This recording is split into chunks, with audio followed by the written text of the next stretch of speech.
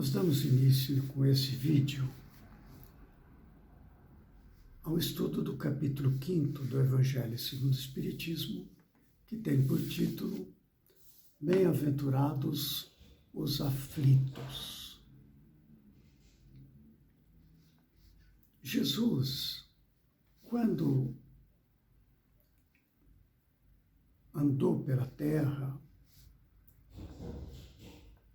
por onde ele estivesse, ele estava cercado por pessoas aflitas. Muita miséria, muita pobreza, muito sofrimento. E Jesus os atraía de maneira que chamou a atenção das autoridades do templo, conforme nós sabemos. É que de Jesus, além dos ensinos que ele apresentava, extraordinários, sua sabedoria, o seu conhecimento, emanava dele uma irradiação de bondade que a todos atraía. Nós vimos em um outro vídeo, onde há uma descrição da personalidade de Jesus, de que quando ele estava falando com as pessoas em Cafarnaum, com a multidão, as pessoas se aquietaram, sentindo o envolvimento que alcançava a todas as pessoas, atraindo para o seu coração, para o seu entendimento. Então os sofredores de toda parte o procuravam. E ele, ao ministrar os seus ensinamentos, ele inicia no Sermão da Montanha, que é bem conhecido nosso, através de consolações, palavras consoladoras, com as bem-aventuranças, prometendo as bem-aventuranças para as mais diferentes variedades de aflições, de causas de aflições daquela população. Não só daquela, mas de todos os que vieram depois de Jesus, que tiveram acesso à sua doutrina. Então veja como ele falava aos aflitos da sua época e de todas as épocas no futuro e até hoje, consolando e prometendo o reino dos céus para aqueles que cumprissem a vontade de Deus. Bem-aventurados os que choram, pois que serão consolados. Bem-aventurados os famintos e os sequiosos de justiça, pois que serão saciados. Bem-aventurados os que sofrem perseguição pela justiça, pois que é deles o reino dos céus. Bem-aventurado vós, que sois pobres, porque vosso é o reino dos céus. Bem-aventurados vós, que agora tendes fome, porque sereis saciados. Ditosos sois vós, que agora chorais, porque rireis. Mas, ai de vós, ricos, que tendes no mundo a vossa consolação. Ai de vós que estáis saciados, porque tereis fome. Ai de vós que agora rides, porque sereis constrangidos a gemer e a chorar. estas palavras, ditas com o seu poder amoroso, que alcançava o fundo das almas daqueles que o procuravam, além de curar a muitos os que a ele recorriam, deixavam aquela esperança imorredoura para o enfrentamento das dificuldades da vida. E assim tem sido ao longo do tempo. Mas Jesus não tinha como explicar naquela época por que as coisas eram assim. Ele acrescentou que Deus é o nosso Pai. Ele não cessava de exortar a Deus como um Pai amoroso que cuida de todos os seus filhos, também fortalecendo a todos os sofredores, não é? Ele dizia que devemos amar a Deus, não temê-lo, amar a Deus sobre todas as coisas e amar ao próximo como a nós mesmos. Jesus se limitou a essas duas orientações para a consolação dos sofredores. A promessa do reino de Deus, onde ali sim haveria a compensação dos esforços para suportar as lutas da terra, e a misericórdia de Deus Todo-Poderoso a todas as criaturas. Mas, como eu disse, não havia condições naquela época de explicar por que é assim.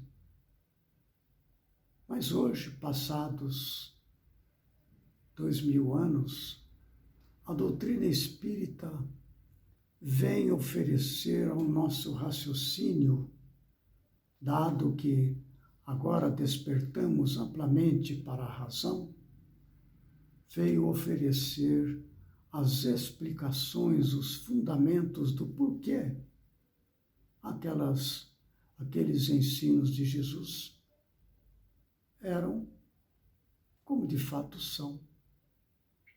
Allan Kardec, ele exalta esses dois pontos. Prometer a compensação na vida futura e nos lembrar da bondade, do poder, da justiça de Deus, nosso Pai.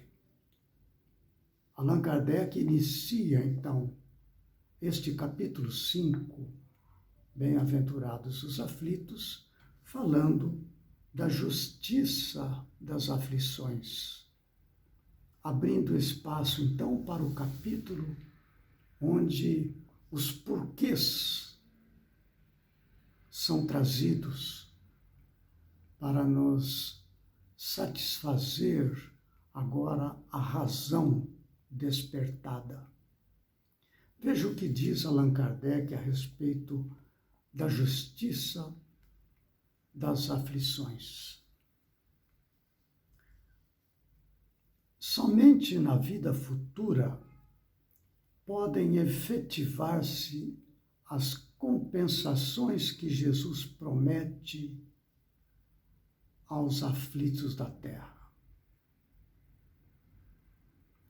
Sem a certeza do futuro, estas máximas seriam um contrassenso.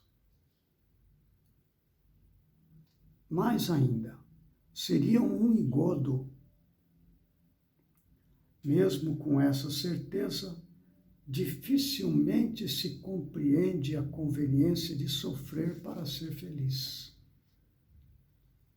Então veja que somente este elemento, a fé no futuro, na vida após a morte do corpo, conforme Jesus prometia o reino dos céus, ainda assim fica esta dúvida: Mas por que é preciso sofrer? Por que funciona desse jeito? Por que o sofrimento para ser feliz? Mas se é necessário o sofrimento, por que uns sofrem mais do que outros? Não há justiça divina? Porque eu tenho que sofrer mais?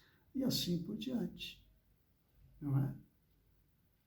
Então, Allan Kardec, ele veio trazer uma argumentação adicional para, como Jesus trouxe, na verdade, completando esta dupla de informações para dar suporte à esperança e à força para prosseguir ante as aflições.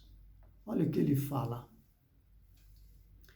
A fé no futuro pode consolar e infundir paciência, mas não explica essas anomalias que parecem desmentir a justiça de Deus. Olha o cuidado, né? Para que, na dúvida, a pessoa que está em aflição questionar a justiça de Deus. Isso não pode acontecer. Então, Kardec complementa. Entretanto, desde que se admita a existência de Deus, ninguém o pode conceber sem o infinito das perfeições. Ele necessariamente tem todo o poder, toda a justiça, toda a bondade, sem o que não seria Deus. Se é soberanamente bom e justo, não pode agir caprichosamente nem com parcialidade. Logo, Allan Kardec aqui oferece a sustentação para a razão. Fundamentado nos ensinos de Jesus, ele vem encontrar nos ensinos de Jesus o que nos fortalece na esperança. Ele diz assim: logo, as vicissitudes da vida, as alternâncias da vida, derivam de uma causa. E, pois que Deus é justo, justa há de ser essa causa. Então, para a pessoa que tem fé em Deus e confia na vida futura, conforme o ensinamento de Jesus, esses dois elementos nos dão a confiança necessária para prosseguir a fé no futuro, a fé em Deus, na sua justiça e misericórdia. Observa que era fundamentado na fé. É ter uma fé, já que Deus é justo. Se há uma causa de eu sofrer mais ou sofrer menos do que o meu vizinho, essa causa há de ser justa, porque Deus é cheio de misericórdia para com todos os filhos, conforme ensinou Jesus. Então, Kardec mostra claramente os dois elementos que davam suporte aos aflitos até a chegada do Espiritismo, que é quando, então, vamos entender a causa das aflições. Olha o que ele diz. Isso o de que cada um deve compenetrar-se. Ou seja, se Deus é justo, justa há de ser a causa das minhas aflições. Por meio dos ensinos de Jesus, Deus pôs os homens na direção dessa causa. Ele não podia explicar na época, não é? Através dos seus ensinos, ele ia até um limite, as pessoas não iam entender. E hoje, julgando-os suficientemente maduros para compreendê-la, os homens, né, lhes revela completamente a aludida causa por meio do Espiritismo. isto é, pela palavra dos Espíritos. Veja como as coisas, elas vão se completando. Jesus nos trouxe a promessa do reino de Deus, onde lá teríamos a compensação por cumprir aqui as leis de Deus sob as aflições, sob as lutas da vida. Nos apresenta Deus como Pai cheio de misericórdia, todo poder e bondade, infinito na sua justiça, no seu poder, na sua bondade.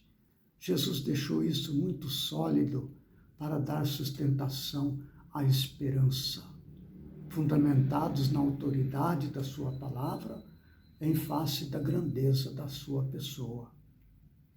Mas agora, com o despertar da razão, é necessário oferecer à humanidade elementos para a razão, entender as causas, por que nós sofremos, por que sofremos mais, por que sofremos menos, por que haverá consolação, e todas essas questões podemos encontrar agora no Espiritismo, quando nos fala da reencarnação, das leis de causa e efeito, todas estas informações da vida futura, não é?